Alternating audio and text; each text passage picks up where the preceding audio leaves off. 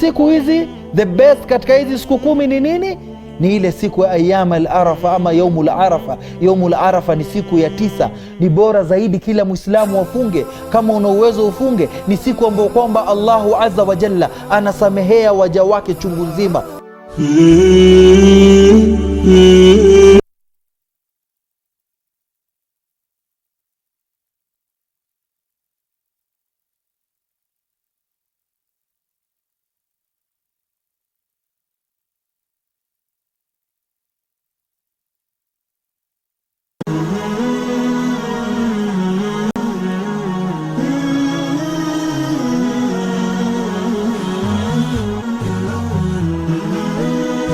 Horizon TV, the beacon for the nation.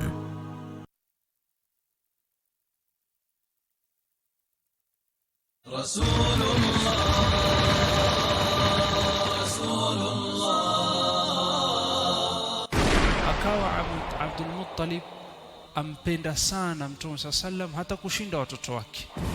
Na Abdul Muttalib, Mtume Muhammad sallam alikuwa ni mjukuu wake. Abu Talib na babake Mtume sallam dimba ndugu, tumbo moja, mama moja, baba moja. Baada ya miaka miwili Abdul Muttalib kufa, alipofika miaka 10 wakaamua kufunga safari kwenda Sham, kwenda kufanya biashara. Faqala rahib, huyu mtoto akifika akionekana dola ya Rum watamuua.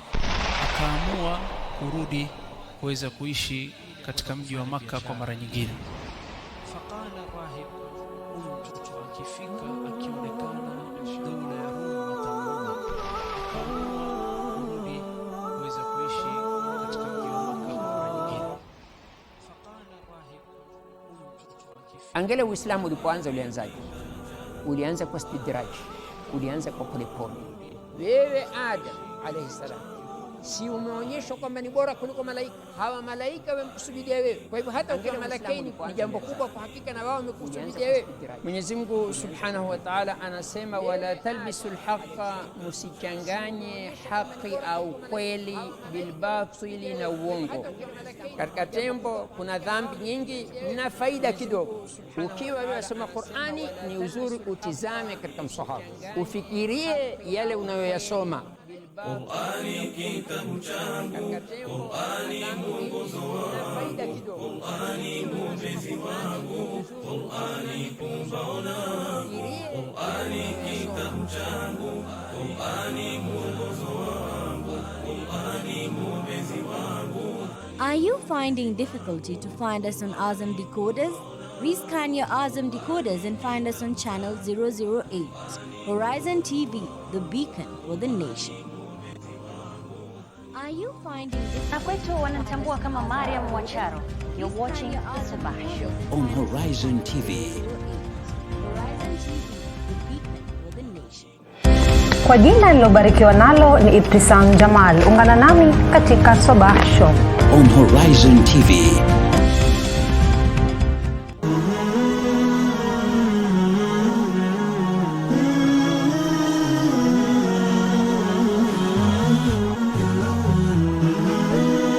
Horizon TV, the beacon for the nation.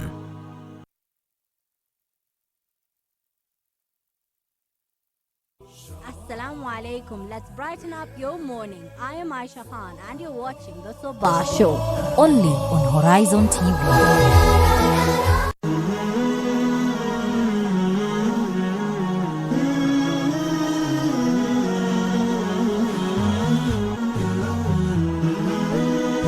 Horizon TV, the beacon for the nation.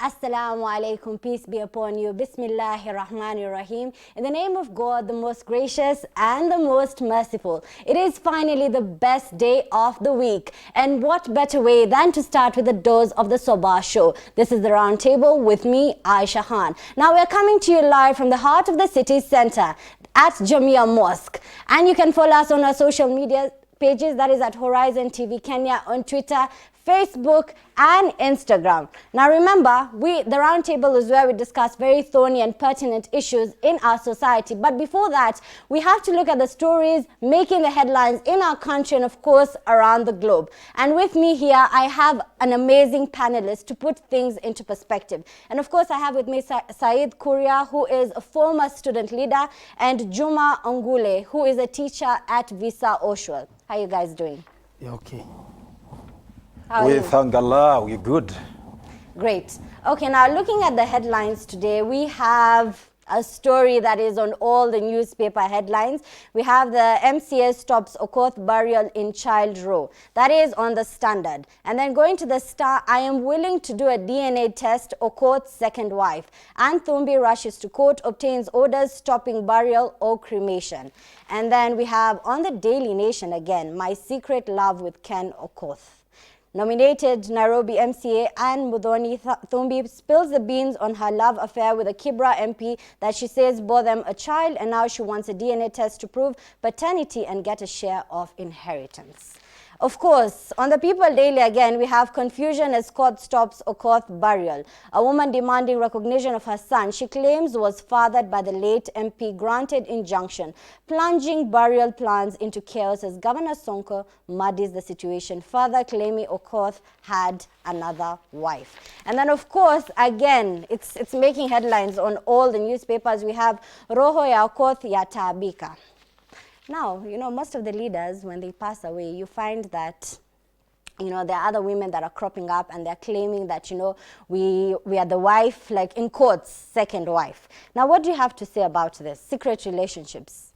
I'll say what is happening with Okoth is just exposing the hypocrisy of the society. Because this, yes, happens with leaders, but when it comes to ordinary people, no one reports about them. So no one knows about their lives and what happens after they have died. But in reality, most men have extra wives. Besides the wives that are known by the public and that are legal, according to the legal practices and according to the religions they subscribe to, they have other wives. And that is where the problem is. If you look at our religion, that is Islam, yes, it says that you can have up to 4 wives.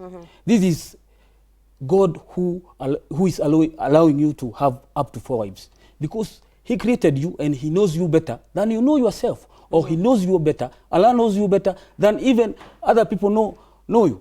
And that is why we are saying that this story about Okoth is just exposing the hypocrisy of the society. And by the way, I'll comment on the basis of what Sonko said. Sonko said that it is true that Okoth had a wife and a kid. Many people have criticized Sonko, but Sonko is someone who is very genuine. He came out to say as it is, because it is true, Okoth had a relationship. This has been proven by photos that has been all over the social media. This has been proven by even some people who are very close to him. They are accepting that it is true. He had another wife besides the legal wife. So what we are saying, it is just exposing the hypocrisy of the society. We should just tell society that it is known most men cannot survive on one woman. Because this, what we are doing, we are aping what Western society are doing. And by the way, Western society, we cannot say Western society are perfect.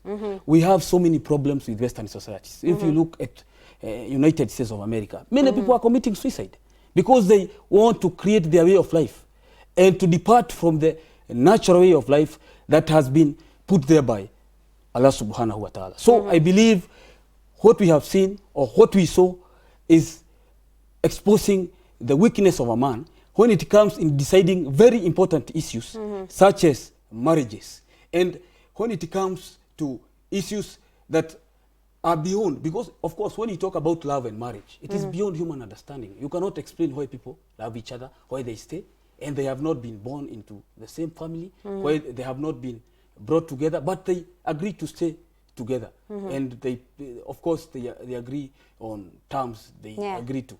So what I'm saying is, what happened yesterday exposed hypocrisy. And we are happy to have someone like Sonko who is brave enough, besides to say it the way it is. Some people wanted Sonko to sugarcoat the situation to tell us that Okoth had one wife, Okoth did not have a child. Is it even possible for a 41-year-old man not to have a kid? Is it possible? It is not possible. So even maybe, I don't know what happened to the other wife. Maybe they agreed not to have a kid, or maybe we can't know. We don't know. Said, I'm coming to you with that. I have a question for you on that. But now, Juma, what do you have to say about this? You know, in African society, most of women are very funny creatures. Okay. Very funny indeed. Because you realize many times when a woman realizes that this man has something, maybe this man, Juma has passed, and Juma has left something here. Now, you know, women, they focus on the material things that they have seen. I'm not very sure if that child that my brother is supporting, that Songo seed. You know, many times, maybe you see me with Aisha somewhere out there. Maybe we are just having good times for coffee. Then you want to say that we had a relationship. We are not very sure, and no one can tell us that Okoth had a child. Because at first, the woman never appeared anywhere. Now, the issue of Songo coming up yesterday, saying, we don't have any evidence. And as I told you earlier, women are very funny. You know, women, there are some things they focus it. And if they have seen that Okoth has left this and that, they will do anything. In fact, they just go to the hospital, even they will go bribing the nurses and the doctors so that the DNA test can just favor them. Because but you see, on that point, Okoth wrote a will, and he said that this child should inherit. So why is it that society is not accepting when himself has written it down? Number one, you know, we are Africans. Yeah. Let's focus on this one, and let's accept the reality. Us as Africans, number one, if you're my wife, Isha, number one, I have to introduce you to my family members. But if maybe you are just having our coffee meetings here and there, then when I pass on, that's the time you are coming up, like, you're my wife, this is my child. Maybe, you know, my brother is saying that at 41 years old, you cannot be, maybe you are having a problem. I don't want to say Okoth had a problem, Abaleki a problem, but maybe that's one of the scenarios. But we are not very sure. But my stand is that I'm not very sure this woman is after money. Yes. Okay, now coming to our leaders, you know, we always have this problem, as I mentioned at the beginning, where they are coming up with, you know, the wives, the women, as you said, you know, they crop up. I don't know, maybe it's because of material. But how about the leaders? Why don't they just declare that I have so-and-so who is under me, and this is how it is? Not until they pass away, then we find people coming up and saying, oh, you know what, I was the wife and have a child. Aisha. Yes. First, before I get to your point, yes, I want first to say that what my friend has just said, he has said that he is assuming. Okay. He is guessing. The woman is materialistic, and maybe the woman wants money from Okoth.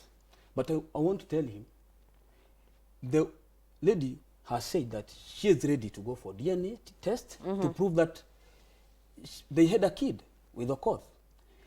There are some photos, of course, going all over the social media to prove that Okoth visited they had good times with the kid, with the young kid. Still, Sonko had said that it is true, it was there. So I want to tell him, I'm not saying that lady is saying the truth, because of course that can only be proved by DNA test. But what I'm saying, it is very wrong to accuse of someone. She is not guilty until proven guilty. So we cannot just wish away what the lady said. And by then you have said that this thing did not just happen with Okoth. It has happened with many leaders. Many leaders, and also in our homes. And I said, it is happening with leaders. We know about leaders because, of course, they are there in public limelight. We have people who are ordinary, who doesn't know, whom we don't know whether they die, whether they continue living. Of course, they just exist.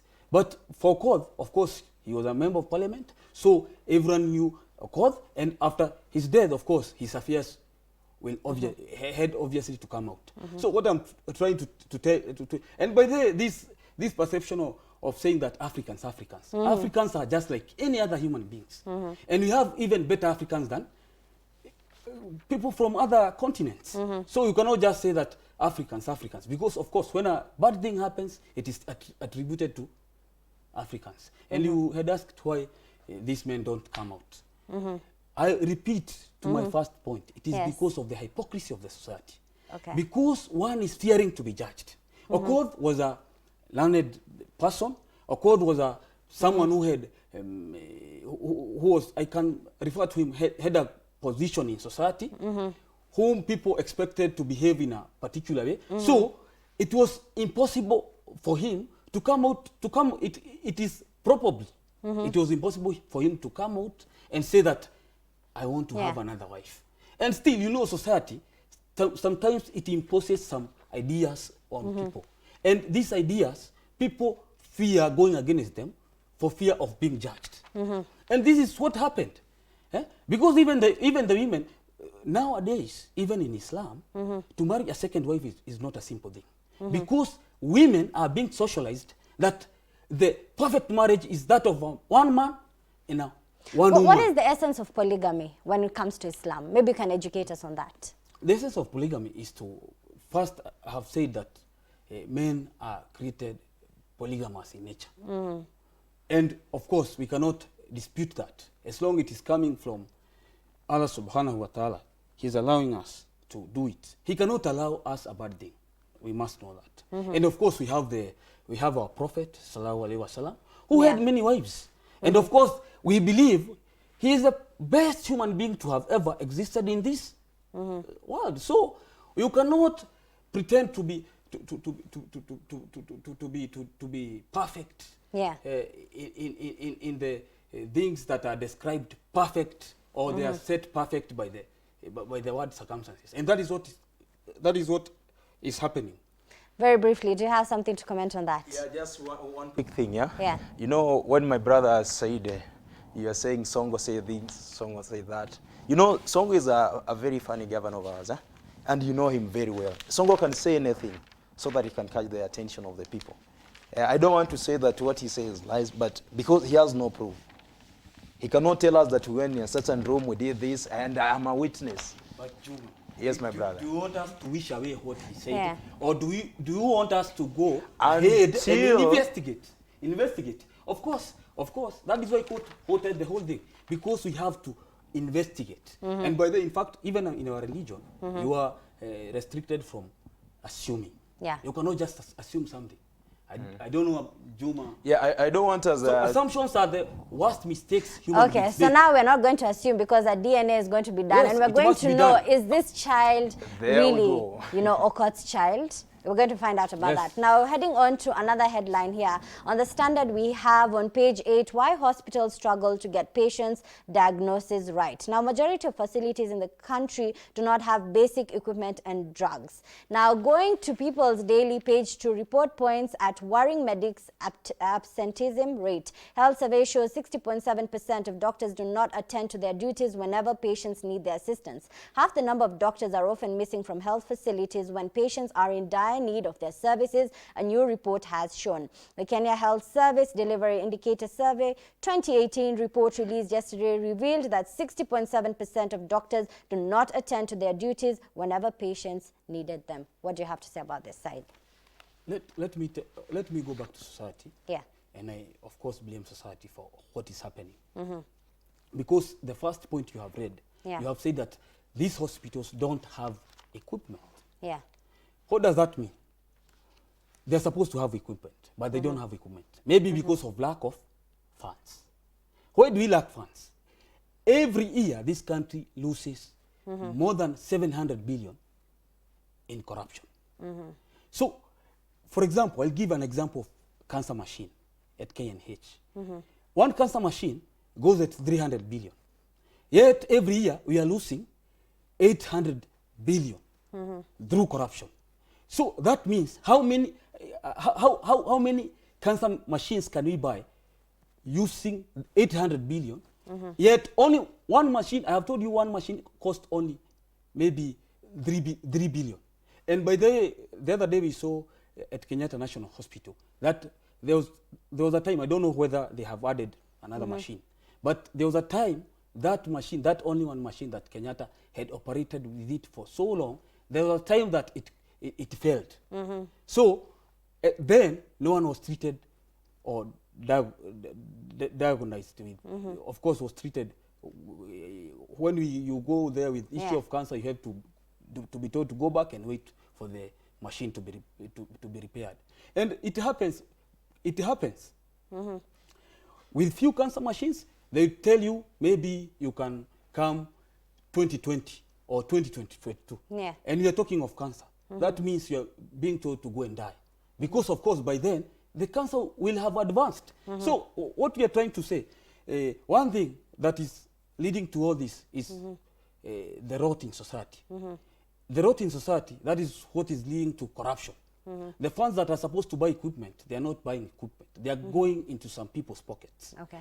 When it comes to doctors, you have talked about doctors not attending to their duties. It is because they don't believe. They don't believe if someone is not, of course, if they are not being supervised, they should go to attend to their duties. Yeah. They must have someone who is supervising them. I think at the end of the day, it boils down to responsibility. Yes. Now, thank you so much, Said. Juma, what do you have to say about this very briefly before we take a break? Right. The first thing is this. Let me talk about our government. Yeah. There is a big problem with our government because they are not hitting corruption as it's supposed to be hit on it. Because you realize many times they are fighting, you hear somebody has stolen such kind of money. The same person, you just go to court, from there, 3 or 4 days, the same person is nowhere again. The money that somebody had stolen is nowhere to be seen.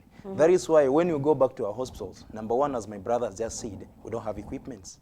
Number two, even the management, most of the government hospitals, you realize that most of them, the management is fake. Allow me to use the word fake. Because you realize that most of them, they're having their small clinic. They are attending to those ones. Now they are leaving the government where they have been employed. They're not doing the right work. So it's about being selfish. Now Yes. we'll come back and see, you know, other stories that are making the headlines in our country. And of course, yes. Before you leave that, because we are talking about matters health, which are very crucial to our population. In fact, you have used a very good word. People are selfish. It's true. Said, we're going to come back to that. I need to take a break. So we'll be taking a short break and we'll be right back. Stay tuned because this is Horizon TV, the premier Islamic station. Assalamu alaikum. Let's brighten up your morning. I am Aisha Khan and you're watching the Sabah Show. Only on Horizon TV.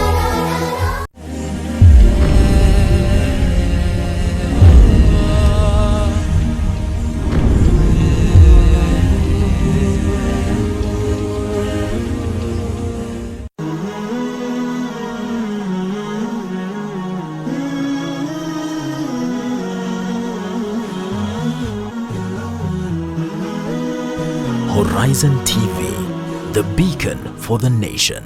Ahlan wa sahlan wa marhaban. You are watching the Sabah Show. Keep it locked right here on Horizon TV. Waswahili wanasema chilea chilea utapata mwana si wako. Kwa majina ni Muhammad Ogura na hii ni Sabah Show on Horizon TV. La kutafakari. Leo tajiri yuenda mbio, yuatafuta wala hatosheki. Maskini yuenda mbio, yuatafuta na hatosheki. Hakuna tofauti ya tajiri na maskini katika kutafuta, bali wote wanakwenda mbio mpaka unashangaa ni yupi ambaye kwamba afaa ende mbio. Lakini hii yote kwenda mbio huku ni kwa kuwa tumekosa kufahamu madhumuni ya sisi kuwepo hapa duniani. Riziki ya waja madhmun, wallahi lau tufahamu kwa riziki madhmun wa huwa min Allah wallahu huwa ar-Razzaq, tukiwa na itikadi na imani kama hiyo, tungekwenda mbio na ibada, tukawa kazi na biashara tunaziacha zende vile zilivyo, kwa sababu riziki madhmun kama vile ambavyo kwamba kufa kwako madhmun. La kutafakari. Na kwetu wanatambua kama Mariam Wacharo. You're watching the Sabah Show on Horizon TV.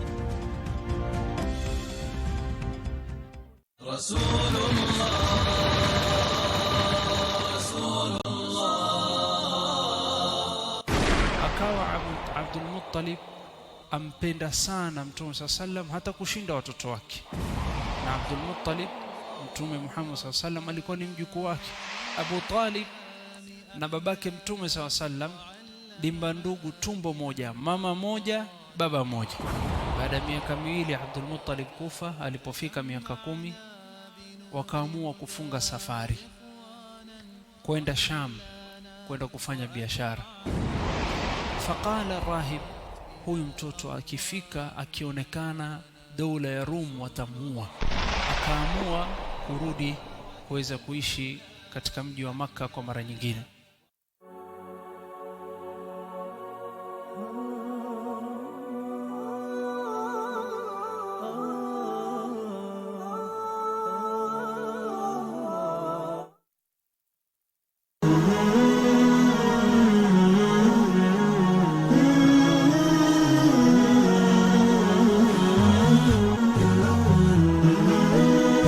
Horizon TV, the beacon for the nation.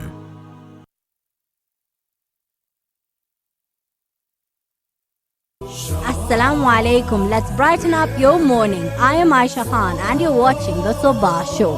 Only on Horizon TV.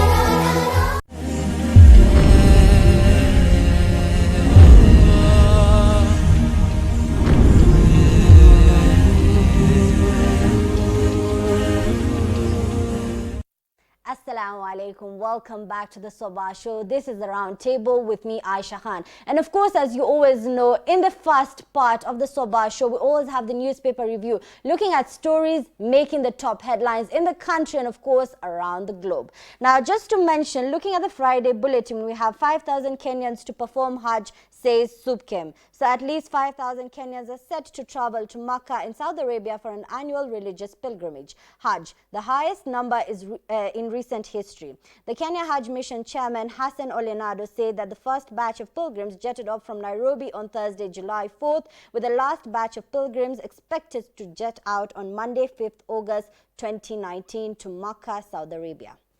What do you have to say about this? Of course, it has said very clearly it is the highest number in recent history.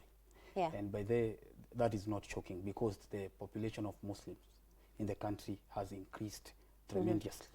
And by the way, we should not even focus on only the issue of Hajj. Yeah. We should also focus on other issues because even in matters of Muslim facilities, in matters of even having fields to do Muslim worships, they should be increased because the reality is Muslims are increasing tremendously. The population of Muslims in the country, and not only in the country, even in the continent and even in the world. It is one of the fastest growing religion and people are embracing it. So we should focus on everything that touches on matter. By the way, even leaders in our country are starting embracing Muslims. Of course, we saw President Kenyatta the other day visiting Moscow. Of course, that shows that they are also seeing that they have to bring Muslims to the society. They have to integrate them, unlike the past where Muslims were isolated. Because their population is increasing, they are part of the society, they are citizens of the country, they are paying taxes, so even what they need, they should be given. Amazing. Now let's go to the People's Daily. Nakuru man feted as breastfeeding week launched. For many men, breastfeeding and general care of babies is the sole responsibility of their mothers. But Anthony Muraya, 40 years old, has been trying to beat this age-old tradition by sharing all responsibilities with his wife, Alice. Yesterday, Muraya, matatu driver, plying his trade in Nakuru, was recognized during the launch of World Breastfeeding Day at Kamukunji grounds, Bondeni, by Minister of Health officials as the father of the week. Now, coming to you. Yes. You know, looking at the African society, you're very pro-African society. What do you have to say about this? Is it going against the African tradition? Very. You know, let's remain Africans and let's not try to be like the Western guys. You know, many times we want to copy things from the Western countries, pretending that we are civilized. Personally, I'm against it. Let's remain Africans. Let's be real. Let's preserve our culture. Why are we running away from our culture? Let men remain men and women remain women. As Africans. That's my stand. Said, do you agree with what he's saying? I believe this is not an issue of being African or not being, or being an African or being macho man, so you cannot participate in the growing of your kid. I believe this is a good thing, this is a positive thing. A man participating in the growing up of his kid that will give it will give the kid that emotional attachment. Because of course, most of the times people don't require material things. Even this wife doesn't require material things from husband. Not necessarily, that is not necessarily what takes marriages, but giving it all, and of course participating in the growing of kids. It is necessary for father to participate in the lives of kids. And by the way, we should not say that this is an African. Because even Western society, there are some things that they have abandoned because they were primitive. So even us, we have to abandon some things. We cannot stick to some things just because we met our forefathers doing them. Because, of course, society keeps changing. And of course, even now, life has changed. So we must change with it. My brother, we perish. Maybe before you continue, let me ask you, you know, I'm not saying that men are not taking part in growing of the children, but we have our responsibility as men. You know, many what we is are your out there. responsibility as a man? Number one, a man must go out to hustle. Let a man ensure that the children and the wife get everything. But there are some things that men are not supposed to do. But in this 21st century, you find that even the woman goes to work just as the man, and they contribute 50-50 to the house. I know. Let me ask you one thing, my dear Aisha. Yes. There are some things women cannot, like we Africans. A woman cannot pay rent while I'm there.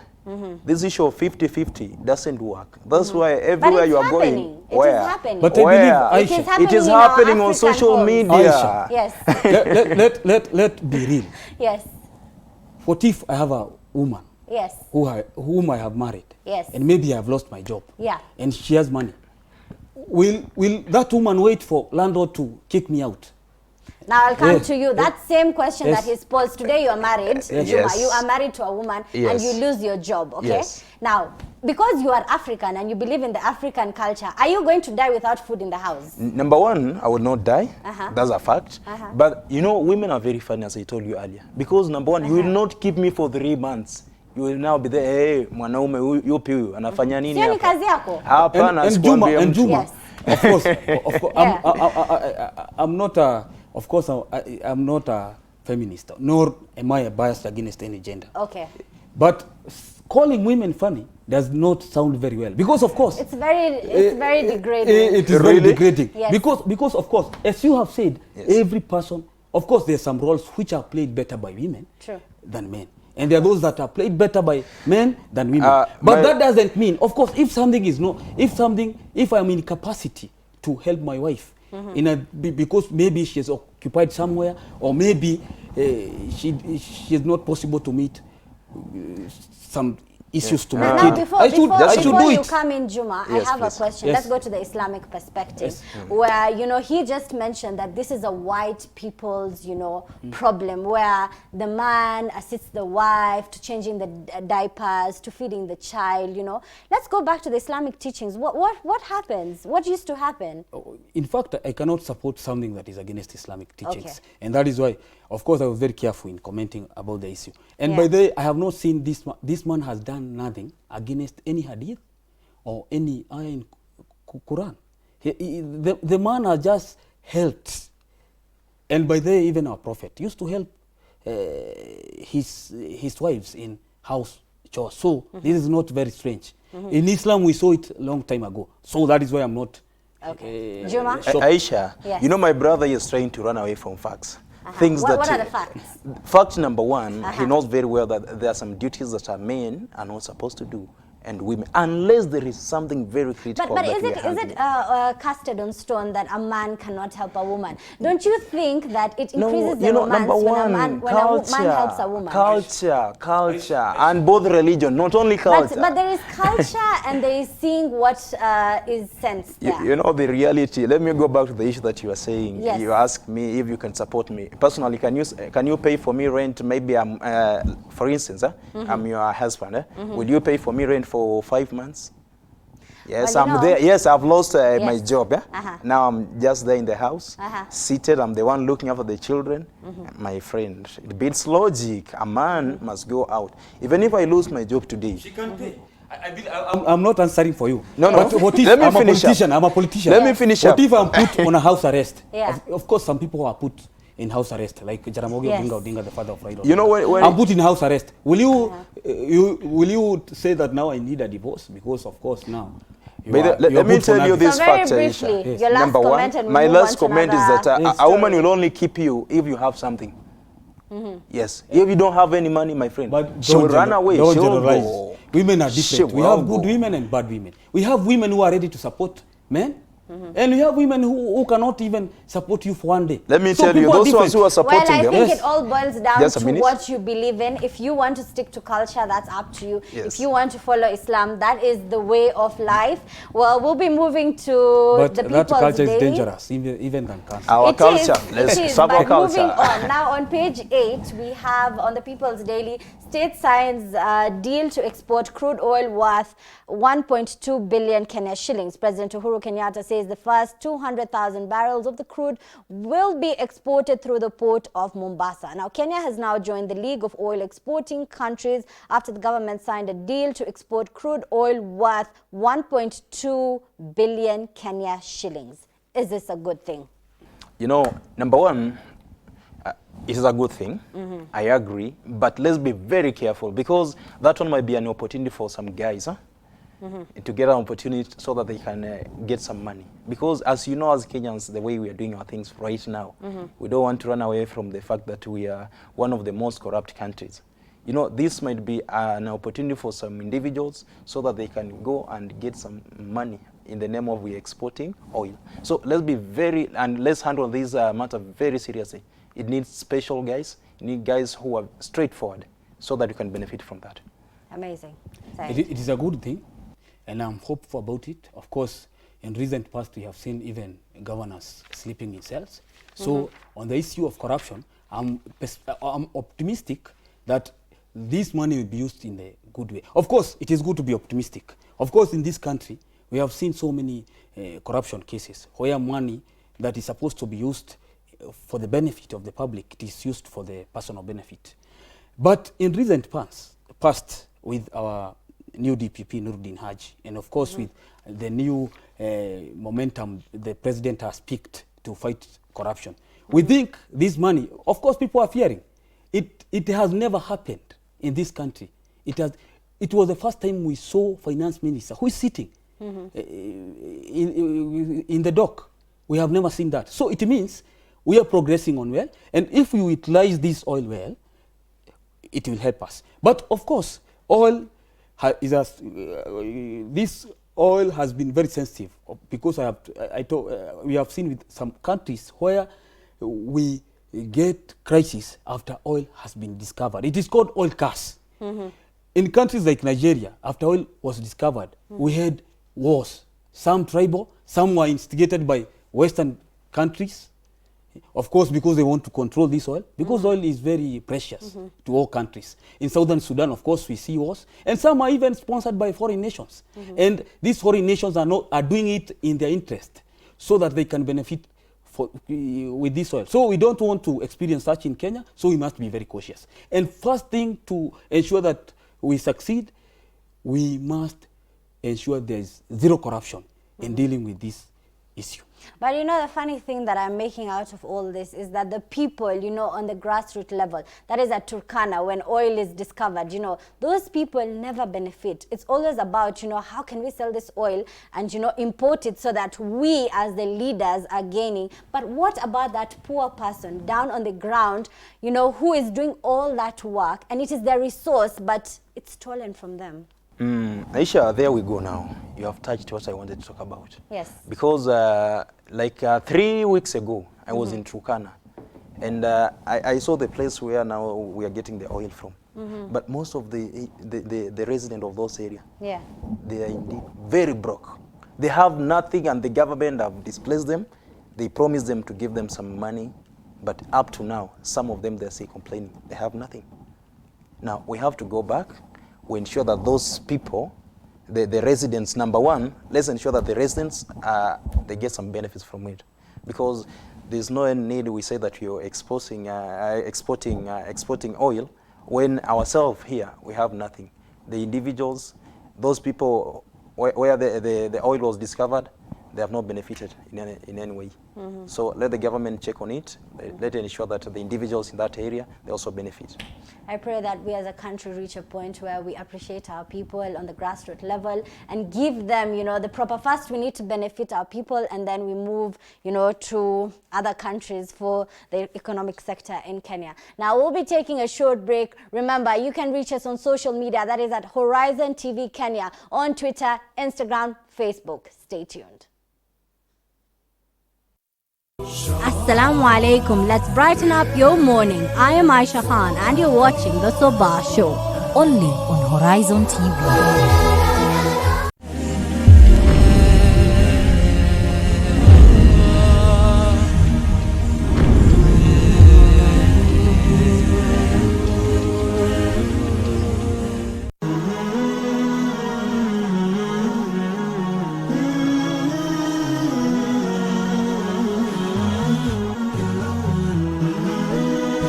Horizon TV, the beacon for the nation. Ahlan wa sahlan wa marhaban. You are watching the Sabah Show. Keep it locked right here on Horizon TV. Waswahili wanasema chilea utapata mwana si wako. Kwa majina ni Muhammad Ogura na hii ni Sabah Show on Horizon TV. Kwa jina nilobarikiwa nalo ni Ibtisam Jamal. Ungana nami katika Sabah Show on Horizon TV. Na kwetu wanatambua kama Mariam Wacharo. You're watching the Sabah Show on Horizon TV.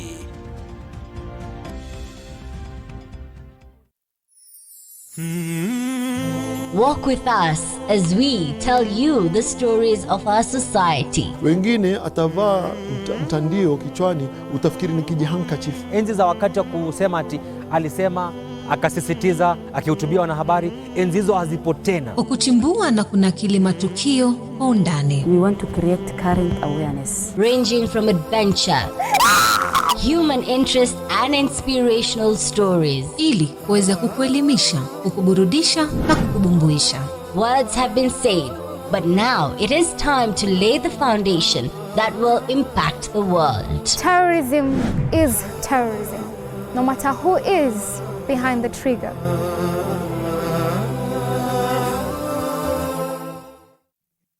La kutafakari.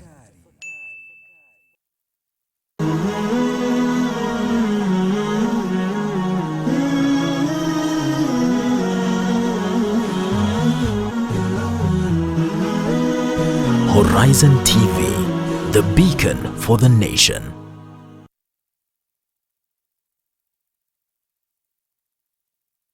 Assalamu alaikum. Let's brighten up your morning. I am Aisha Khan and you're watching the Sabah Show only on Horizon TV.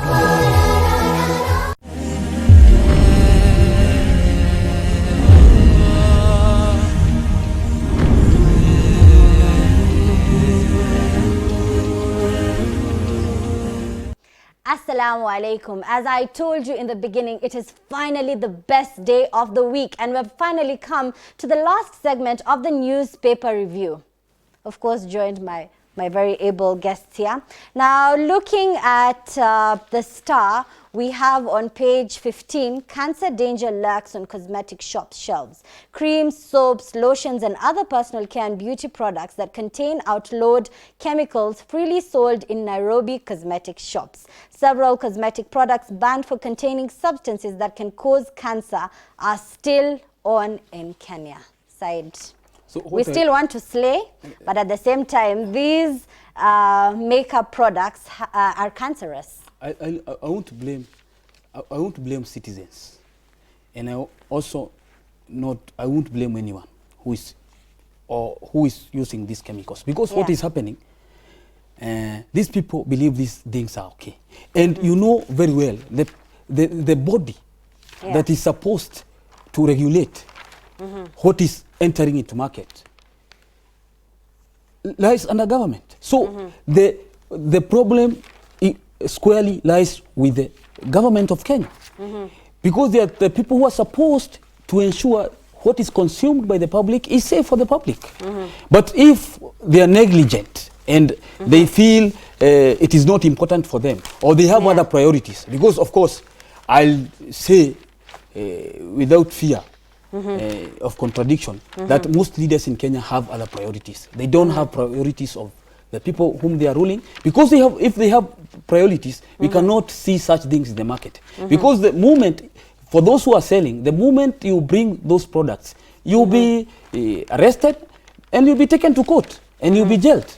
So it will be a loss for you. So that problem is with the government of Kenya, and it is government of Kenya that is supposed to restrict these products from entering market, so that what is in the market can be safe. I'm not saying that all creams that women use are unsafe.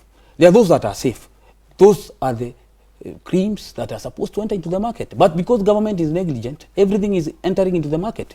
Business people who don't have honesty are bringing everything, which is very dangerous, because not only cancer, it will bring other problems to those people who are applying them. Amazing. Yeah, very true. You know, it reminds me of my primary school teacher. Many times he used to tell us, Mwafrika nywele ngumu. Alafu anaongezea anasema sikio la kufa tu, hata likipigiwa tarumbeta halisikii.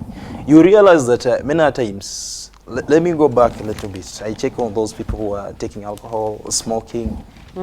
Even onyo usivute, umaambiwa ni hatari. But you realize, let's look now at our cosmetics. Things that we are using. We already know that this one, they have some effects, but we ignore. Now, ignorance is the biggest problem that we are having. Ignorance. And that one starts with our government, because the government should regulate that one. It should check on the things that are not very good to our health, so that they can stop them from coming to our market. By so doing, it will help us, and I believe we will defeat this. And Aisha, I'll not make him escape with that. Okay. Yes. He loves using stereotypes. When you say Muafrika nywele ngumu, and when you say kichwa ngumu, what do you mean? Of course, let me explain. Some countries in Europe, of course, I want to tell you, because let me explain what it has negative connotations. What you have just said has negative connotations. Some countries in Europe are very poor. Greece was collapsing the other day. Economy was collapsing. European nations had to come together to save Greece. We have, in Asia, we have very poor countries. In Middle East, we have countries like Yemen, which are very poor. So it doesn't mean, and you cannot compare them with Egypt, which is in Africa. You cannot compare them with South Africa, which is in Africa, and which has black Africans. So what I'm trying to say, don't say Mwafrika. Those are stereotypes. This one. Stereotypes which don't. Because, number one, why do you want me to talk about Yemen when we are in Africa? We are discussing our matters. Please. Let's say that we are Africans. Why are you running away from this? But it is not the problem of hard hair that is bringing these cosmetics to the market. But why are you running away? The problem is negligence on the side of the government. And if government is negligent, whether it is in Europe, whether it is in South America, whether it is in Australia, there will be effects. So the problem is not with how people it is how people have socialized themselves, and how they have elected governments which are not keen on saving their people. So the problem is not with any part of the world. But you see here, let me ask you, Juma. Africa. You know, we all want to look good, and of course, you have the cheap option and the expensive option. Don't you think it's less about being an African and more about our leaders, you know, thinking about our health? You know, if my person under me today, like society today, let's say ladies who love using cosmetics, even men today, they use a lot of makeup, by the way. Before you go on air, you have to put makeup, all the powders and everything. So don't you think it is the government's job and less about being an African? Why blame the Africans and not the leaders who are putting us in this position? Let me pose a question. Let him answer that first. Yeah, please. I'm not saying that we Africans, but that's a fact. Because, number one, you find an African lady, she knows very well she's dark, just like the way I am. Yeah. But she wants to go and do other makeups so that she can look like a white person. For what purpose? Why? Because we are not appreciating ourselves.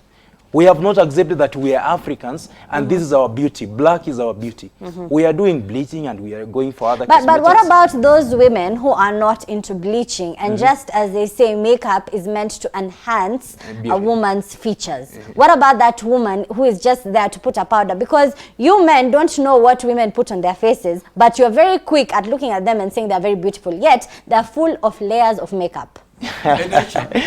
Before I forget my question, let me ask you, how can you know a product is harmful or is not harmful? You don't have your lab, you are not a scientist, so that can only be left with the government. That cannot be left with the citizens. Unless you're a magician, you can predict the content of the, because some, they don't look harmful. Of course, you not touch up its content, then the content starts shouting, we are harmful, you're harmful. No, it is something that is looking good, and when you apply to it, it has some effects. Because government, which has capacity to determine whether a product is safe or not safe, is not doing its job. So it is not, the issue is not with the citizens. And by the when you talk about bleaching, even some whites are doing some very funny things. They want to become black. Some want to have big behind, of course, like Africans.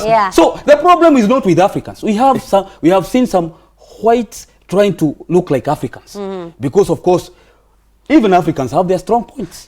Even African women. Now I'll just bring in another point. Why are we blaming the citizen? Because when I go to the supermarket and I see there is a certification by KEBS. You see. KEBS. Now where is the problem exactly? Is it me, the buyer, who I'm supposed to trust this government that they are doing their job and I'm not at risk because you have certified it?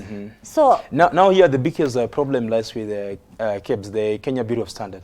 They are the one lying on their job, because when they are certifying things that are, after we use them, we realize that they're having some effects to our health. Definitely now the government is the one sleeping. So I think the government should check on that. I think you've come to the side. But there is a point that my brother is running away from. Yes. Most of us, we want to fake things. Let's be real. Let's accept that we are Africans. I don't know why you don't want me to talk about. I'm very proud. That's why I'm mentioning of Africans. Well, we are all Africans seated on this set, and we are very proud to be Our color has Africans. nothing to do. Some people think that color has to do with intelligence. We are Africans, and we have seen successful Africans. And some have failed. Because, of course, across... In fact, me, I'm not a racist. I'm not saying whites are bad. Because there are some whites who, of course, who have succeeded and who do the right things. We have Africans who do right things and who do wrong things. And who have succeeded and some have failed. So the color has nothing to do with... Now, we're almost coming to the end of the newspaper review, but I would like to close it with this story that is on the Star. Page 3, legalized medicinal bank, says Sonko at Okoth service. Governor says marijuana will help in the treatment of many diseases. Kenya should legalize medicinal marijuana, Nairobi Governor Mike Sonko said on Thursday. Why? Why is Kenya so reluctant on legalizing marijuana when we know in other countries they're doing it? Of course. If we can legalize it, of course we are not legalizing it for abuse, for people to start smoking as a recreational drug. Sonko was talking about legalizing it so that it can be used for medicinal purposes. But as a country, are we there? Because we pass laws. Of course we have laws, which of course says that no one should use it or abuse it as a recreational drug. But are we in capacity to allow so that it can, of course, be used for medicinal purposes and at the same time avoid using it, abusing it? Are we at that point? And it goes back to the issue we were talking about. If we can respect our laws, because we are not short of laws. We have a progressive constitution. We have good laws. If we can respect our laws, then we can succeed in getting the benefits of banking. But if we'll continue with the status quo, where leaders, citizens don't respect laws, or of course they are mischievous because they want to make money out of banking by selling it for people to abuse. If we'll continue like that, then we'll not get its benefits, because government will continue banning it, because of course it is afraid. Sometimes it may get in wrong hands, people who don't care about the effect of course, abusing bank, or effect of selling to people who will abuse bank. Thank you so much for that, Juma. A quick one. I don't know why the government, Songo is still talking of legalizing bang, because bang is all over, and he knows very well. Anywhere you are going here in town, where we are coming from, people are using it. They are smoking, and he knows them. And the politicians, by the way, they are the ones who knows where they get it from. Because I don't want to quote Songo, but sometimes back, Songo himself used some boys somewhere. And he knows that once they have smoked, they will do this and that. Bang is all over, they are using it. The only problem left is that they have not told the doctors now, can you use it to treat this disease and that? That's the only thing left. But bang is all over. Of course, I've been to an institution of higher learning where I have, of course, come across very many young people. I've led young people. And where I come from, of course, I interact with young people. It is true, bang is being misused and abused. But he should also know that there's something called deterrence effect. When government has banned bangi, the extent of its usage is not equal like when it is legalized. Because, of course, when it is, people fear. Of course, people, and that is why you have courts. We don't have courts and jails to jail people. It is to at least punish few people so that we can deter a sizable number of people so that they cannot get into wrong, or they cannot, because people, of course, they have to follow particular laws so that society can't collapse. From so what I'm at least it helps. Yeah. Government helps. By banning it, it helps to some extent. That is why. But when will we reach that level of maturity, like other countries, you know, that point of civilization where we can have marijuana for medicinal purposes and not confuse it and abuse it? The first when thing will is we reach that point? The first thing is to slay the dragon of corruption. Yeah. Because I believe the police who are mandated to check how this bank is being used, or if these laws pass, and of course the police will be mandated to know those who abuse and those who are using it for the purposes they are meant. But why do we need the police? Why? Because of course, in every country, even the civilized society, we have police. Because people are mischievous. Yani kwa Kiswahili tunasema binadamu ni mkaidi sana.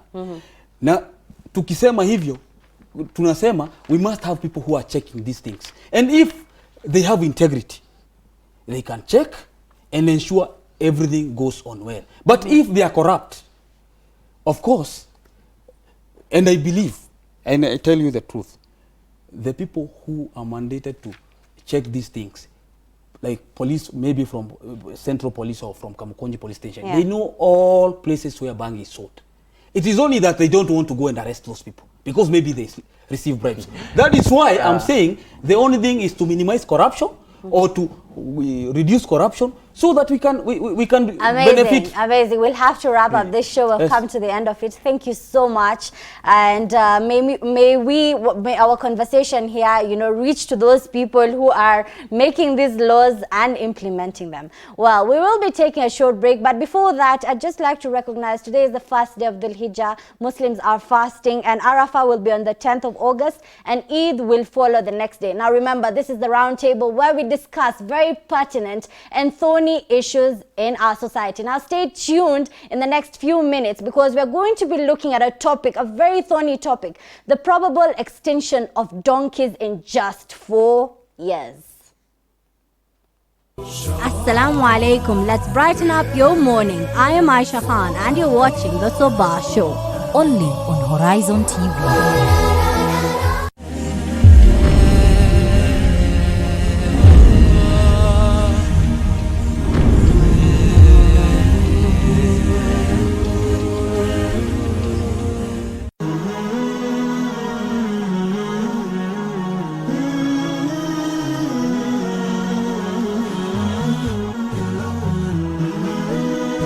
Horizon TV, the beacon for the nation. Ahlan wa sahlan wa marhaban.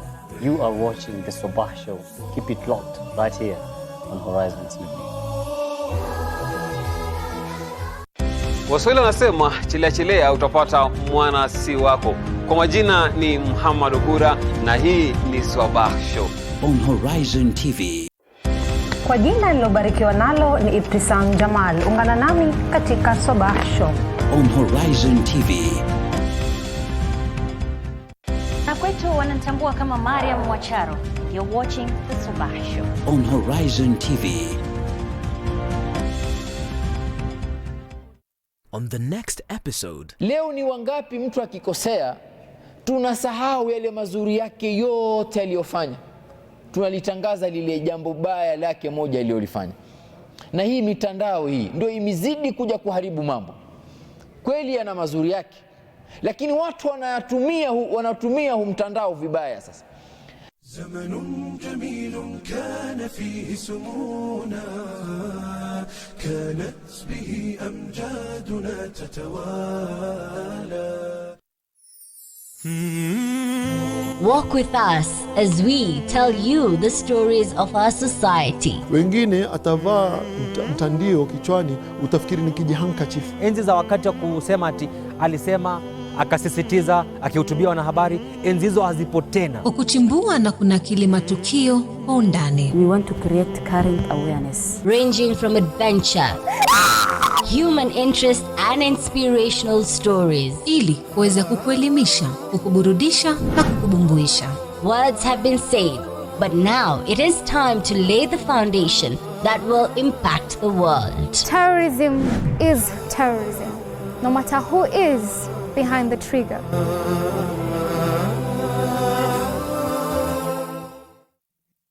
La kutafakari. Leo tajiri yuenda mbio, yuatafuta wala hatosheki. Maskini yuenda mbio, yuatafuta na hatosheki.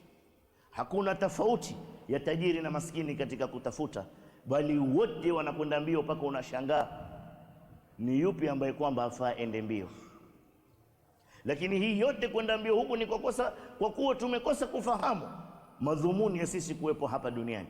Riziki ya waja madhmun, wallahi lau tufahamu kwa riziki madhmun wa huwa min Allah wallahu huwa ar-Razzaq, tukiwa na itikadi na imani kama hiyo, tungekwenda mbio na ibada, tukawa kazi na biashara tunaziacha zende vile zilivyo, kwa sababu riziki madhmun, kama vile ambavyo kwamba kufa kwako madhmun.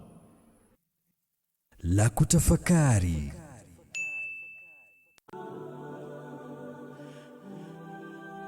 Assalamu alaikum. I want to share a story with you today.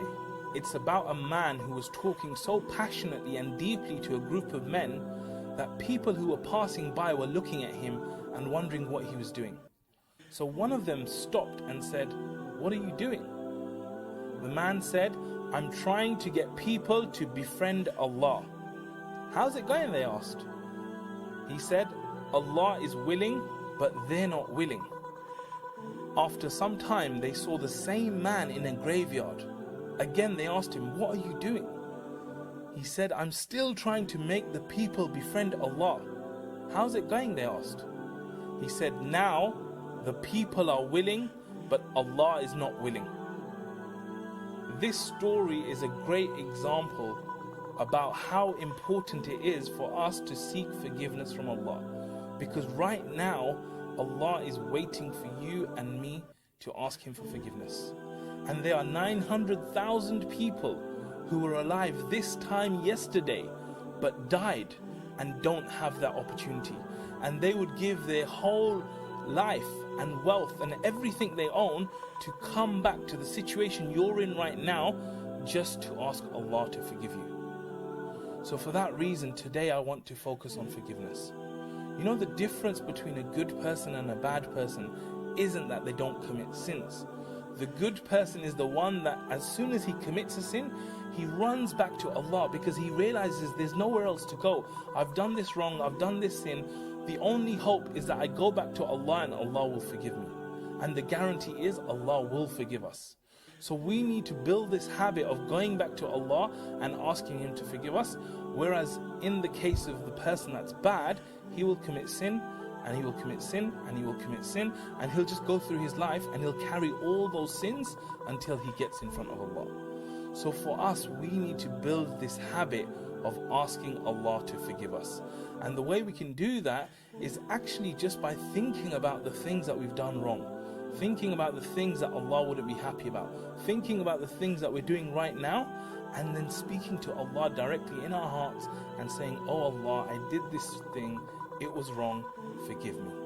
And if you do that, Allah will forgive you, no doubt. Allah will forgive you. So we need to build this habit. And the great thing about this is that no one needs to know you're doing it. But the truth is, when we do something bad, we know the guilt we feel. We know it's wrong. So rather than just holding that feeling, go back to Allah and ask Allah to forgive you. And this is the month of mercy. This is the month of forgiveness. And if you do that now, I promise you Allah will forgive you as long as you're sincere, inshallah.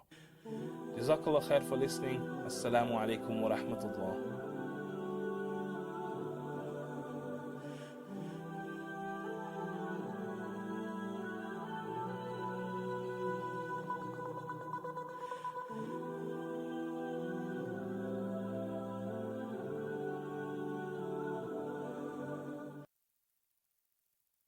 Assalamu alaikum. This is Muhammad from Muslim Mastery, and today I'm going to be sharing with you 7 tips to discipline your inner self.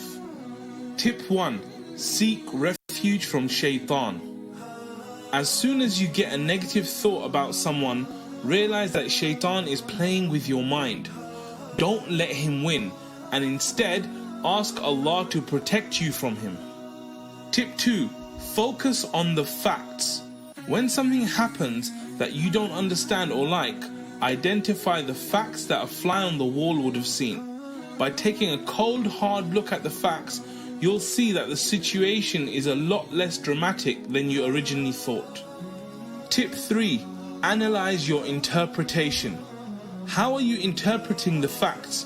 This is usually what is triggering your negative emotions. Accept that you've added this interpretation yourself and that you can choose to have an empowering interpretation instead. Tip 4. Don't make people into villains. As difficult as it may feel, let go of the idea that someone else in your situation is the enemy who is out to get you. Stop making others wrong and yourself right. Tip 5. Avoid playing the victim. By choosing to put yourself into the role of the innocent victim, you're avoiding taking responsibility for your situation. Instead, be proactive and look at what you can do to make the situation better. Tip 6. Make excuses for others. The Sunnah encourages us to think good of others and make excuses for them whenever possible. In fact, Umar radiallahu anhu said, "Do not think badly of a word uttered by your brother when you can find a good interpretation for it." Tip 7. Take responsibility for yourself.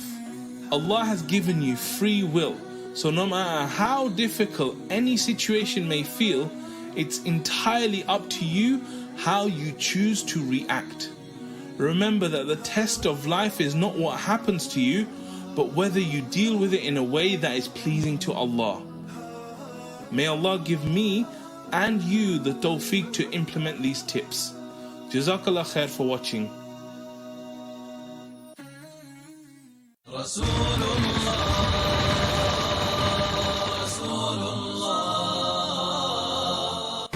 Akawa Abdul Muttalib ampenda sana Mtume sallam hata kushinda watoto wake. Na Abdul Muttalib, Mtume Muhammad sallam alikuwa ni mjukuu wake. Abu Talib na babake Mtume sallam limba ndugu tumbo moja, mama moja, baba moja. Baada ya miaka miwili Abdul Muttalib kufa, alipofika miaka 10 wakaamua kufunga safari kwenda Sham, kwenda kufanya biashara. Faqala rahib, huyu mtoto akifika akionekana dola ya Rum watamuua. Akaamua kurudi kuweza kuishi katika mji wa Makka kwa mara nyingine.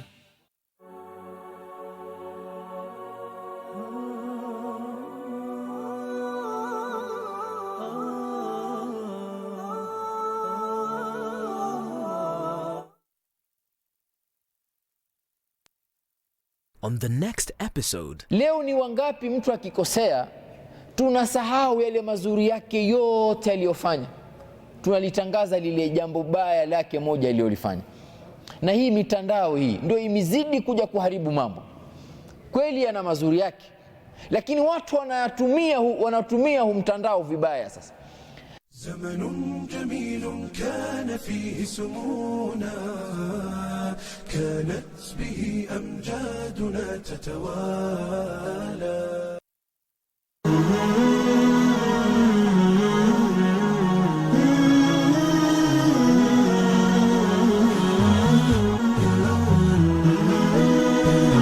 Horizon TV, the beacon for the nation.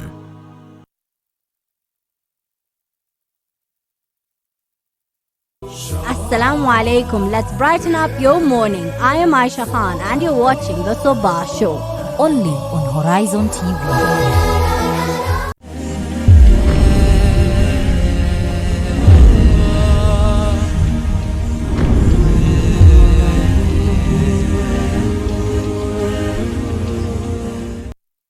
Assalamu alaikum. Welcome to the round table with me, Aisha Khan, where we discuss very pertinent and thorny issues in our society. Now, today the topic of discussion is the endangered donkeys. Now, to some, a donkey is a beast of burden. To others, a helper. To others, a friend. And to others, also a nuisance. Now, a report by African Network for Animal Welfare says the rise of slaughterhouses threatens the thriving of donkeys in our country, and it predicts that we will not have a single donkey by the year 2023 if this slaughter rate continues. Now, of course, to put this into perspective, I have with me two lovely ladies on set here. I have Clemencia Auma, project development manager from Brook East Africa, and I also have with me Lynn Yadi, who is the information and communications officer, Brook East Africa. Welcome, ladies. Thank you. Okay, now before that, my director of Tumbo will show us a video, a very short video. Take a look.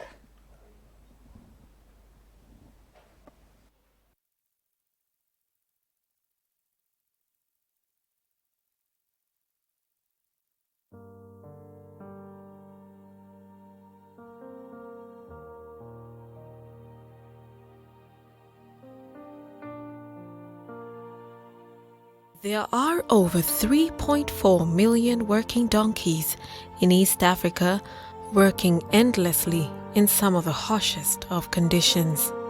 At times, these animals are overworked or suffer with years of medical neglect and end up dead.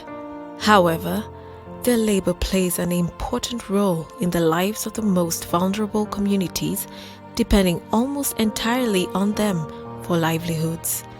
In most instances, the income from a single equine can support a whole family. Youth in urban centers depend on donkeys to earn their daily income, where donkeys are a means to an end. In the arid and semi-arid areas, women use donkeys to support their households with domestic chores like fetching water and firewood. In high productivity areas, men and women use donkeys to ferry their farm produce to their homes and to markets. Very insightful video indeed, and very, very sad what is happening to our donkeys. Now, Clemencia, I want you to explain to us what is the importance of a donkey to that one small-scale farmer. Okay. Donkeys are used by different people in different ways. There are women who use donkeys to ferry food from the markets to the homes, and also to ferry agricultural products from homes to markets to fetch daily incomes. Donkeys are also used to fetch water in many areas. Donkeys are used to maybe as collateral for loans for some women. They are also enabling women to be part of social groups.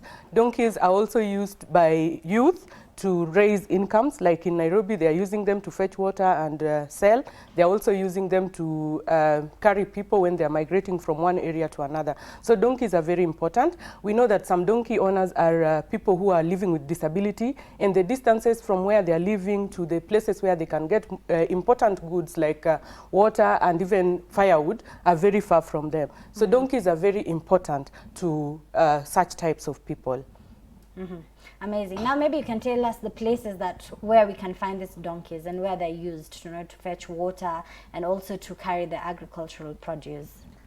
Well, like we have donkeys in 3 different segments. We have them in ASAL areas, these are the arid and semi-arid areas, where mostly they're used by women who go for long distances to fetch water for their households. And then we also have the high potential areas. These are the farming areas, the highlands, where most of these donkey owners, the women, the young men, they also use their donkeys to fetch produce from their farms to the markets. And then we also have areas like urban centers, where we've seen areas like Naivasha, Nakuru, where donkeys are used as a means of economic value. So young men and the youth use them to sort of vent for water services. You see a donkey cart carrying water and to sell water to the communities around. So urban centers, then ASAL areas and highland areas. Yeah. Amazing. You just mentioned their contribution towards the agricultural economic sector. Clemencia, kindly explain to me, how exactly does this happen? The donkey, how does it contribute to Kenya's agricultural economic sector? Okay, donkeys are used, I know farmers use donkeys to ferry milk products, and we know that the dairy sector is a big income earner for Kenya. And so where the farms are, it's very hard for them to reach where the collection points are. So most of the farmers are using them, like in Bomet area and in most of Rift Valley, they're using the donkeys to ferry the milk. They're also using the donkeys to ferry grains, like maize, wheat. They're using the donkeys to ferry cabbages and horticultural products. And we know that horticulture is a big income earner for the country. So that is the kind of contribution that the donkeys are doing. The donkeys are also contributing directly because there are people who are also fabricating carts that are used by the donkeys. And so it's a whole value chain and people benefit in different areas. Just to add to that, Isha, the donkey is so important to these communities because there are some areas in this country where the infrastructure, the terrain is extremely very hard. So you find that cars cannot go there, lorries, canters, you name it, but only a donkey can go through there. So that's how important these donkeys are to these communities. Yeah. In our society, especially in Kenya, we have very many domestic animals. We're looking at the cow, the sheep, the goat, Why is it that when you look into what is happening to our donkeys, only the donkey is mistreated? Okay, what happens before we started working in Kenya in 2001 through our partners, we carried out a survey. And the survey indicated that there were a lot of myths that are related to the donkey. And I think in normal day-to-day life, you can hear about the types of stereotypes that are done about the donkey. And I think the fact that the donkey is not an animal that is eaten also makes some people who have not used them, who have not kept them, not know exactly what to do. So it's a question of attitude, a question of values, and also a question of knowledge. So as Brook East Africa, we are doing a lot to tell people what the value is. Of course, dealing with those traditional things that they are doing to the donkey. For instance, there's one that a donkey cannot be carried in a vehicle. If it is carried in a vehicle, it will laugh and die. Yeah. Oh my God. Yeah, that's one myth. Actually, there are other myths that the donkeys dropping contribute to people having tetanus. So some people just don't go close to donkeys. And you find that is one major reason why they're not well taken care of. Yeah. But Lynn, if you look at the donkey, how it is beaten, and this is the donkey that is helping these people earn a livelihood. Now you wonder what is the problem where you find this donkey has been beaten to the point, as we just saw the video when it was playing at the beginning, it's been beaten so brutally, yet it is helping them in the economic sector. What is the problem?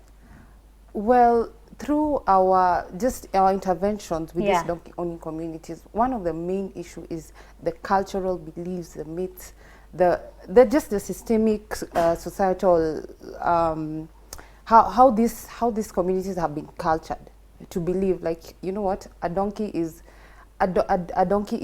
just an animal, a random animal. So they don't really consider it as a value animal, but it must work for you. That's why we have these mythical issues, attitudes, what they believe. And this is inculcated in them, not now, from generations to generations.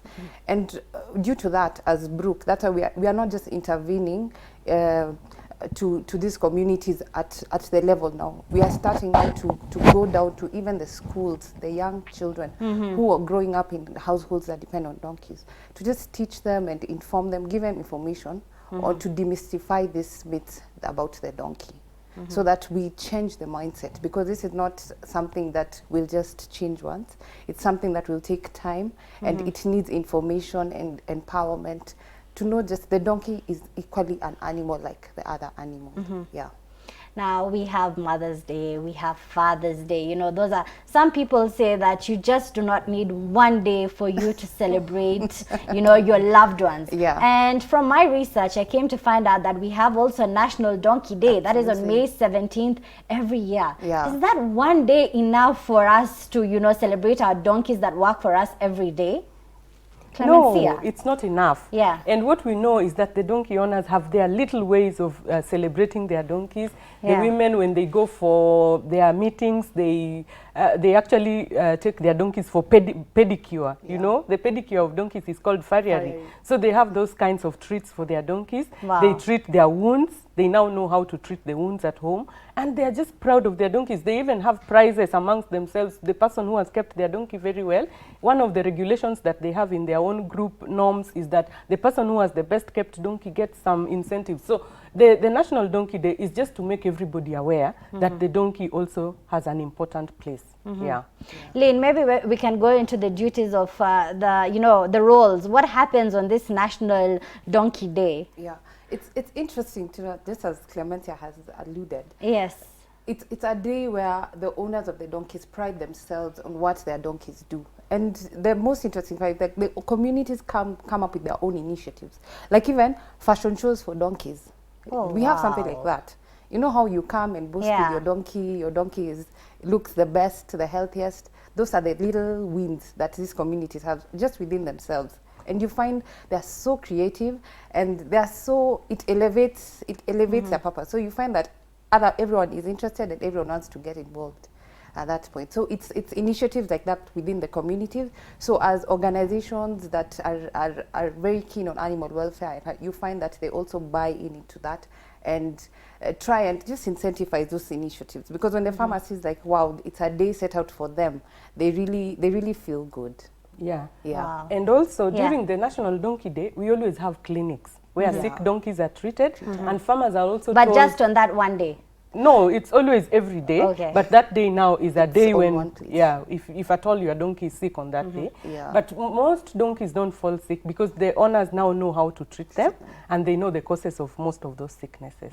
Yeah. Amazing. Thank you so much. We will be taking a short break, and from this conversation we have just come to realize that the donkey is so important. We have understood the importance of the donkey to the people down there on the grassroots level. Now you can contribute to this topic of discussion. You can find us on social media, that is at Horizontv Kenya, on Facebook, Twitter and Instagram. Stay tuned.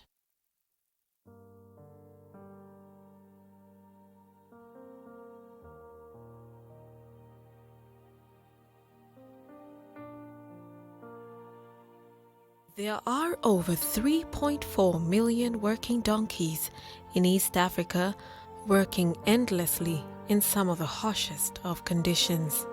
At times, these animals are overworked or suffer with years of medical neglect and end up dead.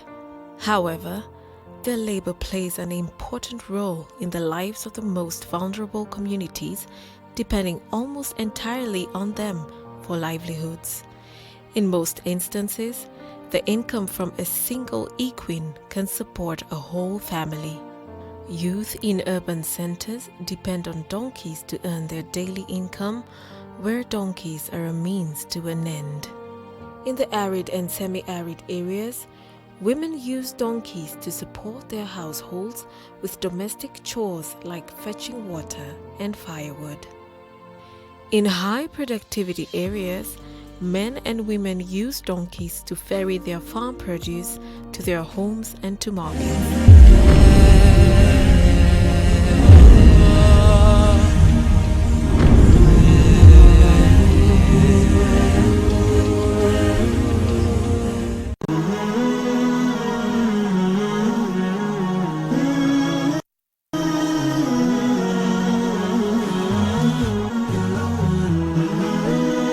Horizon TV, the beacon for the nation.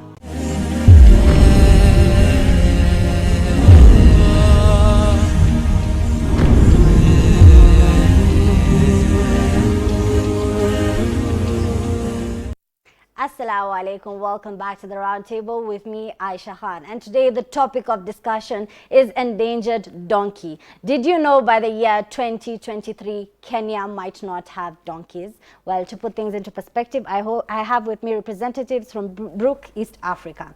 Now, recently there has been the establishment of slaughterhouses, you know. What was the main aim of it? Okay, well, government said they established the slaughterhouses to reduce cruelty to animals and also to regulate the quality of meat that Kenyans would have. That was one of the things. But we know that there are other reasons. There are investors who are interested in Kenya, and so probably they could have pushed the government to establish those slaughterhouses. Yeah. But don't you think farming should be made, these slaughterhouses should earn farmers more money, you know, than now put them in this state where they're actually at limbo and they're losing so much money instead of gaining? Because, you know, when you sell one donkey, you get money. But if you keep that donkey to work for you, you get more money. Lynn? Yeah, just also alluding to that, going back to the gazettement of and licensing of the slaughterhouses was due to the fact that donkey was gazetted as a food animal at the time because of the Turkana community who for a long time have been consuming donkey meat. So that was the agenda. But now the loophole in that, so these other products and the donkey hide coming into perspective, because as Clementia said, other interests were also involved. So the value of the donkey, the intention was quite straightforward at the time, but over time the dynamics of the whole trade changed, and now we are here where we are trying to sort of call for communities to be sensitized on the value of the donkey and the fact that our numbers are depleting as a country. So that's one of the reasons why we are really concerned about the trade. Now, you know, we have many domestic animals. Again, I repeat, the chicken, the cow, the goat. How comes they are not going extinct, but these donkeys, you know, we're losing them? And there's a prediction by 2023, we might not even have a single donkey. Where's the problem? The problem, I think, lies in the science, and the science is that the reproductive rates of the donkeys and the reproductive rates of the other animals are not commensurate. Like the donkeys don't produce as fast as chicken. Chicken produce, I think, in three months, but a donkey takes 13 months pregnancy. The gestation period of a donkey is 13 months. So you can imagine how many times. And if a donkey is taken through hard work, the gestation period or the fertility rate even drops further. So the donkeys we have may not be able to replenish the population. So that's why the population is decreasing at that rate. Another thing is we don't have any establishments where donkeys are farmed for commercial purposes. But we know that there are breeding farms for chicken. We know there are breeding farms for cows and for other animals. So that, I think, is one of the reasons. Okay, there's a report here that I got that more than 98% of the donkeys that are slaughtered are destined to China with high demand of the animal skin, leading to cases of theft and smuggling. Now, why? Why are we having so much of it exported to China? What are they doing with these hides? Lynn? China has very high demand for donkey products, and specifically the skin. This is because they believe that the Chinese traditional medicine that drives the demand for this skin is because of a product called ijiao. This is where they boil the skin, and that gelatin substance, which is called ijiao, is produced for has medicinal value. So you find that they believe in that. So with that and their population, it drives the demand. China had the highest population of donkeys in the world at the time. So over time, because of the use of ijiao and these beliefs, their stocks have gone down. So where else do they look? China look outside, because it's in their tradition to look outside, and so Africa was a best bet, and now most of the donkeys that are sold directly there, and they have the mechanism, the machinery, the money. So that's why the demand grew from that market. You just say they go to look elsewhere, and right now from research it says that their donkeys have halved, because that is why they're coming to Africa. But what about Africa? This is not the first time we are having a problem with our animals, because we have the elephants, the tusks. There was poaching taking place, and that is one of our big fives. Now it comes to our donkey hides. Why isn't Kenya doing anything, to sustain our resources? Because at the end of the day, that common mwananchi down there in the grassroots is the one that is affected. Clemencia. When the slaughterhouses were established, or when the government gave a regulation for the slaughterhouses to start operating, there were clear rules that came with it. One was that they should establish breeding grounds. The other was there are certain animals that were not supposed to be killed. For example, young animals and pregnant animals. Unfortunately, those have not been observed, and the government seems to have not done enough, because just the recent research by Calro, which is a government establishment, realized that over 50% of the donkeys that were being slaughtered are pregnant animals. So you see that kind of regulation. So much as the government is saying they are doing regulations, I see yesterday they had some protocol which was signed with China. But when you look at it, it's all to the favor of China. The government has regulations. Cap 316 talks about the prevention of cruelty to animals. But how much of it has been enhanced? How much has it been followed? So the follow-up on the part of the government is looking weak.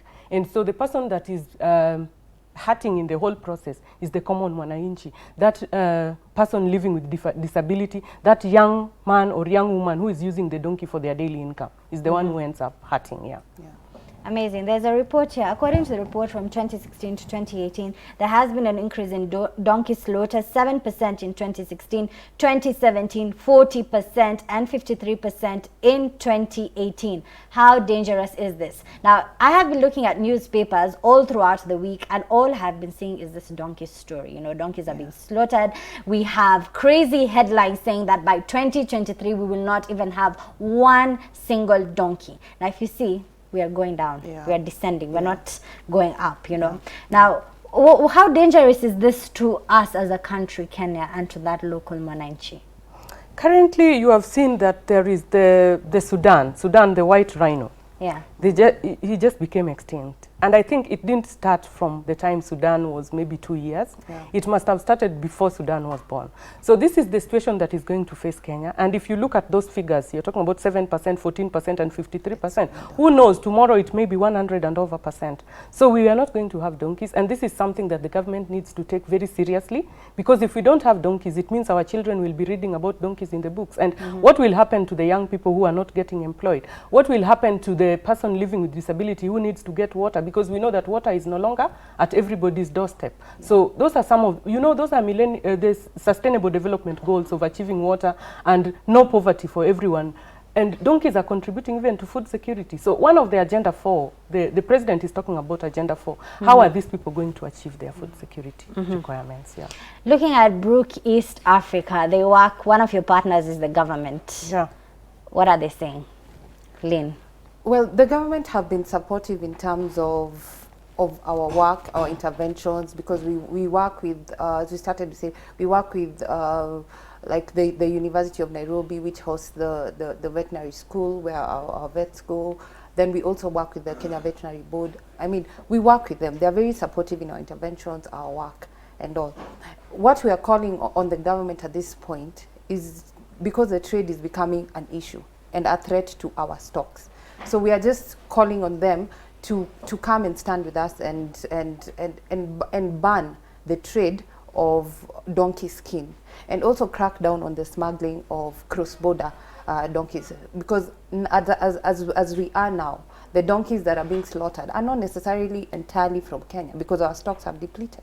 We have donkeys that are being smuggled from our neighbors, and that brings a whole other dynamic to the whole trade. So that's why we want them to strengthen these regulations that are already there, and to just be a little, give it the oomph that it does, because at the end of the day, 2023 is not far, and we don't want our future generations who also need to know about these donkeys and rely on the donkey to feel like we talk about donkeys like we're talking about dinosaurs. You know what I'm saying? So that's true. Yeah, we want them to come out strongly and feel the need to sort of support this call of the trade and relook into it, because there are so many other options out there.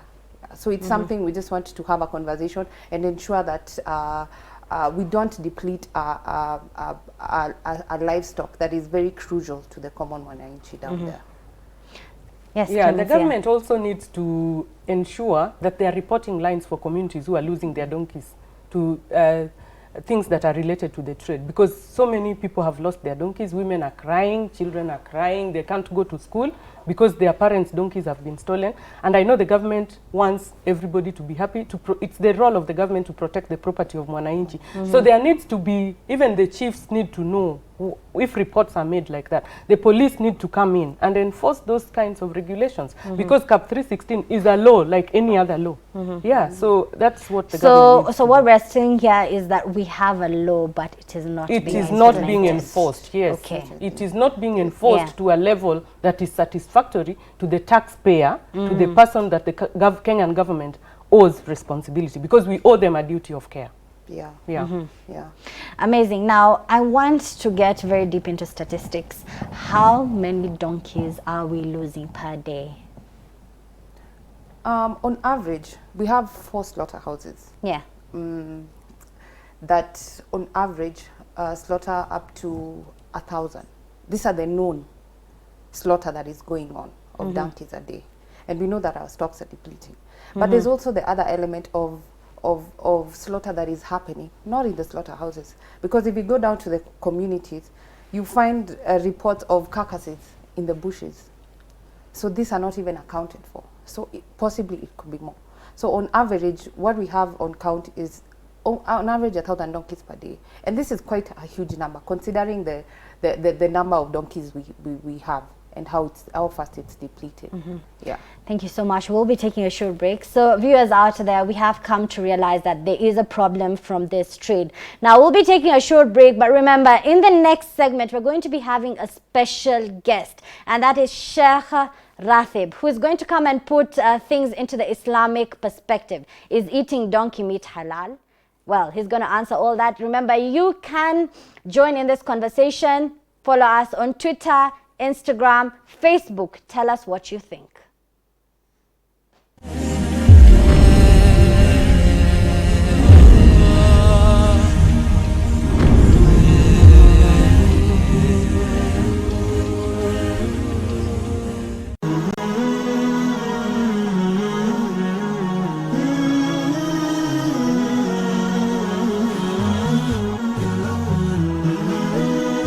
Horizon TV, the beacon for the nation. Ahlan wa sahlan wa marhaban. You are watching the Sabah Show. Keep it locked right here on Horizon TV. Waswahili wanasema chilea utapata mwana si wako. Kwa majina ni Muhammad Ogura na hii ni Sabah Show on Horizon TV. Kwa jina nilobarikiwa nalo ni Ibtisam Jamal. Ungana nami katika Sabah Show on Horizon TV.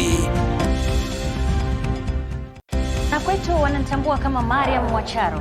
You're watching the Sabah Show on Horizon TV. On the next episode. Leo ni wangapi mtu akikosea tunasahau yale mazuri yake yote aliyofanya. Tunalitangaza lile jambo baya lake moja alilolifanya. Na hii mitandao hii ndio imezidi kuja kuharibu mambo. Kweli yana mazuri yake, lakini watu wanatumia mtandao vibaya sasa. زمن جميل كان فيه سمونا كانت به أمجادنا تتوالى. I don't want sex as much as my husband. You don't want sex as much as your husband? Then allow him to marry a second wife. That is where now we are allowed mathna wa thulatha wa ruba. So if you don't want to have sex with your husband, or you feel that his appetite is bigger, then allow him to marry a second and a third and a fourth. That is where it's now allowed. But you can discuss with him and let him know why, the reasons why you are refusing. But ideally, the next step that he should do is to marry another one.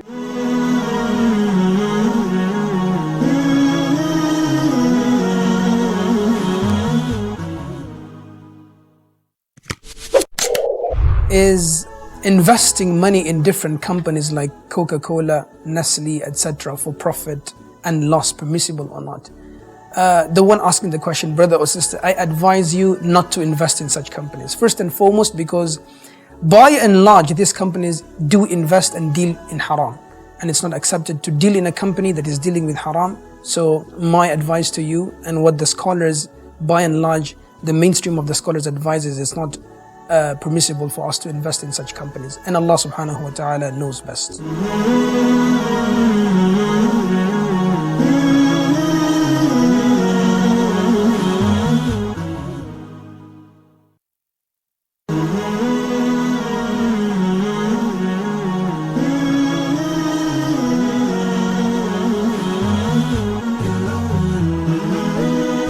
Horizon TV, the beacon for the nation.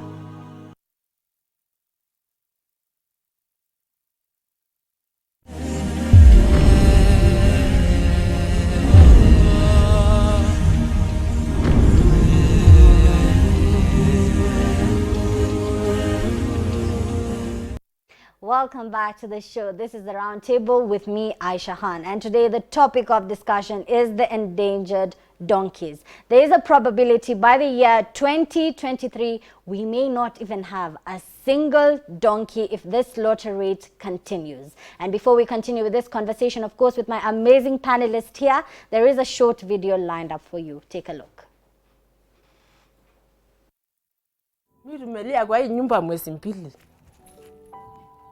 Kwa maisha ya unalipa funda na si mimi ndio umekula.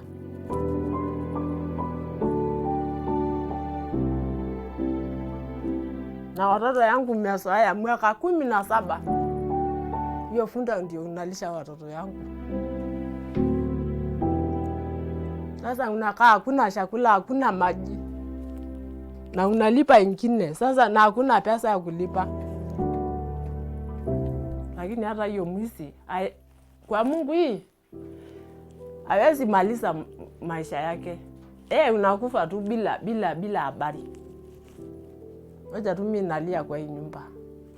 Kulilia Mungu. Shahrateb, welcome. Now, I want you to tell us, what does Islam say in regards to the mistreatment of animals? As you just saw in that video, that lady was crying because her donkey has been stolen. And again, when you look at donkeys in time and memorial, how the owners treat them is very bad. What does Islam say? Okay, see, in Islam, when you talk about our religion, normally we base our facts on two main sources, and that is the Quran and the Hadith. To start off with the Quran, these animals have been mentioned.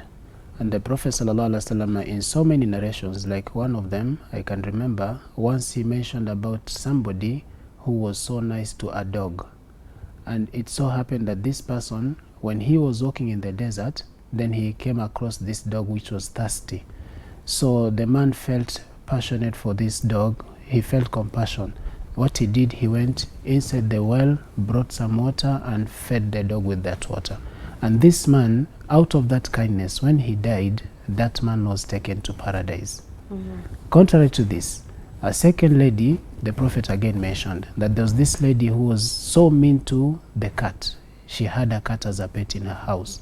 But she was so mean, she could not feed the cat. Neither could she even allow the cat to go out to look for food by itself. But what happened, one day when she came back, she found that the cat had died. And this lady, when she too passed on, she was taken to hellfire. So from these two narrations, it's clear that for each and every living thing, we have to be kind to them. And in one hadith, the Prophet mentioned that fi kulli kabidin ratbatin ajr. For every wet living kidney or liver, you have to be kind to it, which means for every living thing, you have to show some kindness towards that thing. So animals, we have to treat them with a lot of kindness. And this is how we shall also be, Allah is going to be happy with us. Yeah. Now, today the topic of discussion is this donkey that is being slaughtered because of this Africa-China trade that is going on. Yes. And we want to know, give us the history about the donkey, you know, during the Prophet's time. How was the donkey treated? Were there donkeys at that time? Yes, there are donkeys. Even donkeys have been mentioned, even from the Quran. Like in one verse, Allah subhanahu wa ta'ala says in Surah An-Nahl, He talks about wal khayla wal bighara wal hamira litarkabuha. Allah talks about different kinds of animals which He has created for our own benefits. He mentions al khayl, that is the horse, al bighal, that is the mule, wal hamir, that is the donkey, and gives us the reason why He created these animals for us. He says litarkabuha, for you to ride on them. So they are meant for our own benefit, not to eat them. We shall come talk about it. But we are meant to do what? To benefit from them. We ride on them, not eating them, not killing them. So they are there. In one narration, when the Prophet was riding on a donkey himself, that shows how humble he was. This hadith is narrated by Mu'adh bin Jabal. He says, once we were riding on a donkey, I and the Prophet, riding on the donkey. And then the Prophet turned back to Mu'adh, asked him, do you know the rights of Allah upon us, and do you know our rights upon Allah? And Mu'adh said, no, I don't know. But the evidence is there were donkeys during the time of the Prophet, and this is how they were used. Yeah. Now let's come to donkey meat. Is it halal to eat donkeys? Because right now, the high rate of the slaughter, is going to lead us having this donkey meat, in our food chain. So is it halal? Is it permissible? Halal means permissible in Islam. Is it permissible for a Muslim to eat donkey meat? Okay, now for those who are not aware about the Islamic laws came down gradually, because it came like a new thing. For people to be able to adopt, it had to come gradually, bit by bit. Initially, people used to eat donkeys, while in Medina, even Muslims could eat donkeys. But then in the 5th year after the event of Khaybar, the Prophet mentioned that now it is forbidden completely. Nobody is allowed to eat any donkey meat. So from that time onwards, donkey meats are considered to be impermissible to be consumed.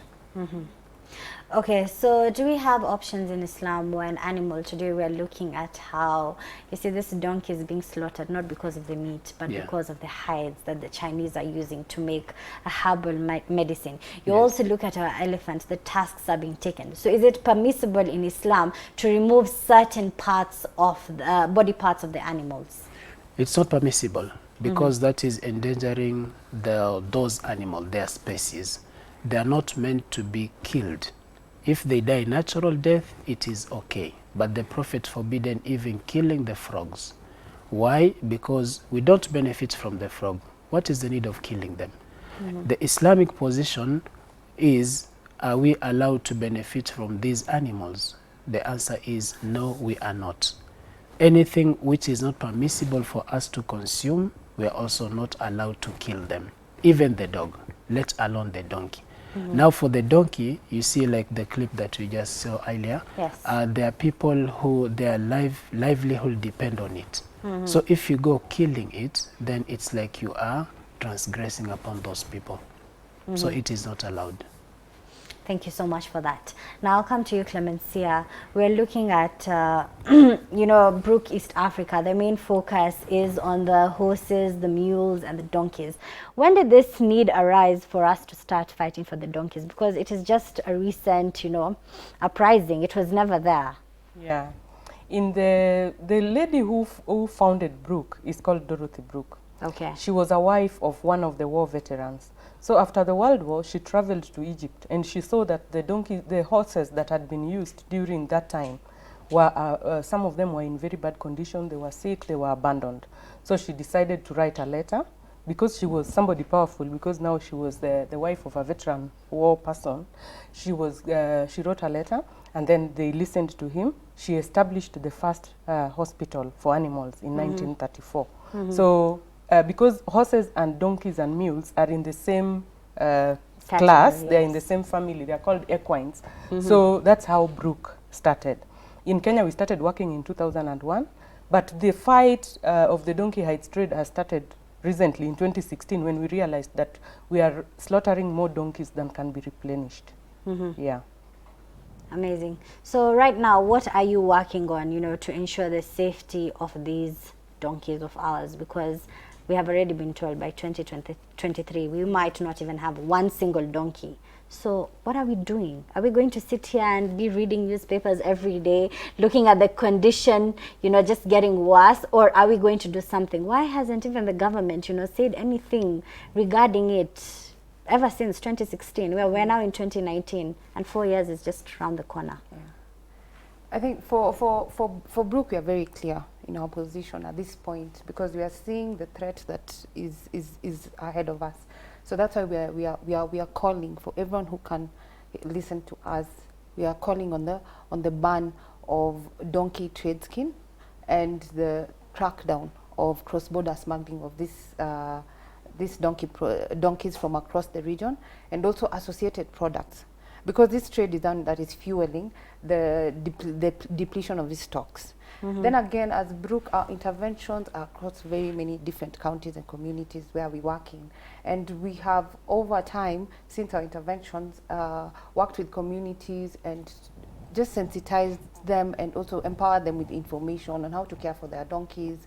And in the last, since 2016, where we realized that donkey hide trade is becoming a real issue, we have accelerated our measures in terms of engaging the communities to work on protection mechanism, where we teach them and sort of encourage them to protect their donkeys by building shelters, and also report mechanism with our chief. We realized like the livestock policy is a devolved function for some reason.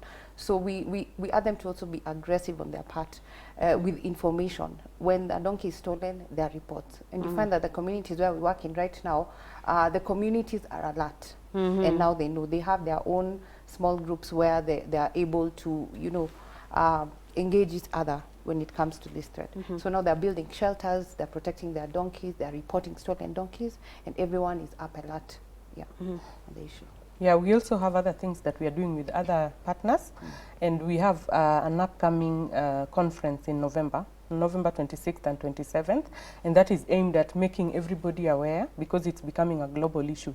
It's not even a Kenyan issue, it's a global issue, and it is something that is going to be sensitive, because it may even threaten the relationship between Kenya and China, and so it is something that calls for everybody to act. So we are having all that. We are also having trainings of community members. We are doing a lot of media sensitization, and I'm happy that you've seen a lot of this media sensitization, and even other people, not only Brooke, even other people are talking about it, people who know what the threat is about. So it's a global issue. Yeah, so those are some of the things that we do. Now there's something else. When we look at Lamu, you know, Lamu has a very good health facility for the donkeys. Like even for themselves, they don't have good health care because they have to travel miles and miles to reach a hospital. But you find they give such high priority to the donkey that you are surprised. You know, it just amazes me how beautiful it is, how they take that donkey to be so important in their lives. Yet, are we having this in other places of the country? Lamu, I would say, is very peculiar in a sense, because also Lamu, because of the culture and the tradition and the heritage, the donkey is a core part. And for a long time, the donkey is used as a means of transport and just as a heritage cultural animal that identifies with Lamu. And since then, there was the intervention of a donkey clinic that was built over there. So other intervention in other areas in terms of donkey clinics are not directly by physical donkey clinics, but we have trained equine vets who attend to donkeys in other areas that we work in, and this is where our interventions come in very strongly. Because part of what we do is we empower and also train vets who go and train the other agro-vets on equine welfare issues. So you find that the interventions are on that level. In Lamu, it's peculiar because of the tourism aspect. There's also a donkey cultural festival in Lamu, and that's a value of the donkey, and that's what we're trying to say. The donkey is important at the end of the day. You look like you have a burning issue. We also have an M-Punda app that you can download on your smartphone, and it tells you where the vets are. They're particularly trained vets, and these are vets that we follow up using monitoring tools, so we know the quality of service that they offer. And I just wanted to point out that at the vet school, the vets are not given special training on how to treat donkeys and horses and mules, but Brooke has that kind of specialty. So we have specialized vets, and they're on our M-Punda app. Amazing. We even have an app for donkeys. Yes. Wow. Absolutely. We're That's heading how- in the that's right how. direction, Exactly. clearly. So there's a comment here from Samuel Thauri. Watching this informative program from Accra, donkeys are important to livelihoods. Sad that by 2023, Kenya will have no donkeys. If breeding science isn't an option, why not ban this trade? Clemencia, why not ban this trade if we know there's a problem? And just to add on that, from my research, I came to find out, you know, this skin that they are taking, the hides, and they're making this Chinese medicinal herb, you know, for a lot of things, you know, there is miscarriages, increasing libido, and many other uses it has. But you know, when you go deeper into it, they're saying that it is not scientifically proven that it is working. So why can't we ban this trade? What are we waiting for? I think it takes the government to do it because as individuals we cannot, but we also know that people can defeat armies. So if the people whose donkeys are being stolen come up and tell the government, because if I speak here, maybe I speak as Clemencia, but if a donkey owner goes to the government and tells the President Uhuru, I am here today and it is because my only source of livelihood has been taken away from me, then I think the government will listen. The onus is on the government. The owners. Yeah, The owners is on the owners government. is on the And government. just probably to add to that, that's why as Brooke, and we are insisting, we are very clear in our position. We are calling for a ban on this trade because of what we've seen, the community, how the communities have been affected.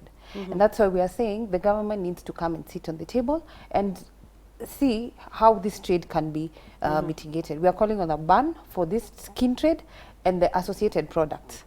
Yes. I'm having a very interesting comment here from Ahmed. He's saying, Aisha, hujakuja Wajir, we have donkeys. What are you talking about? What is the situation in Wajir?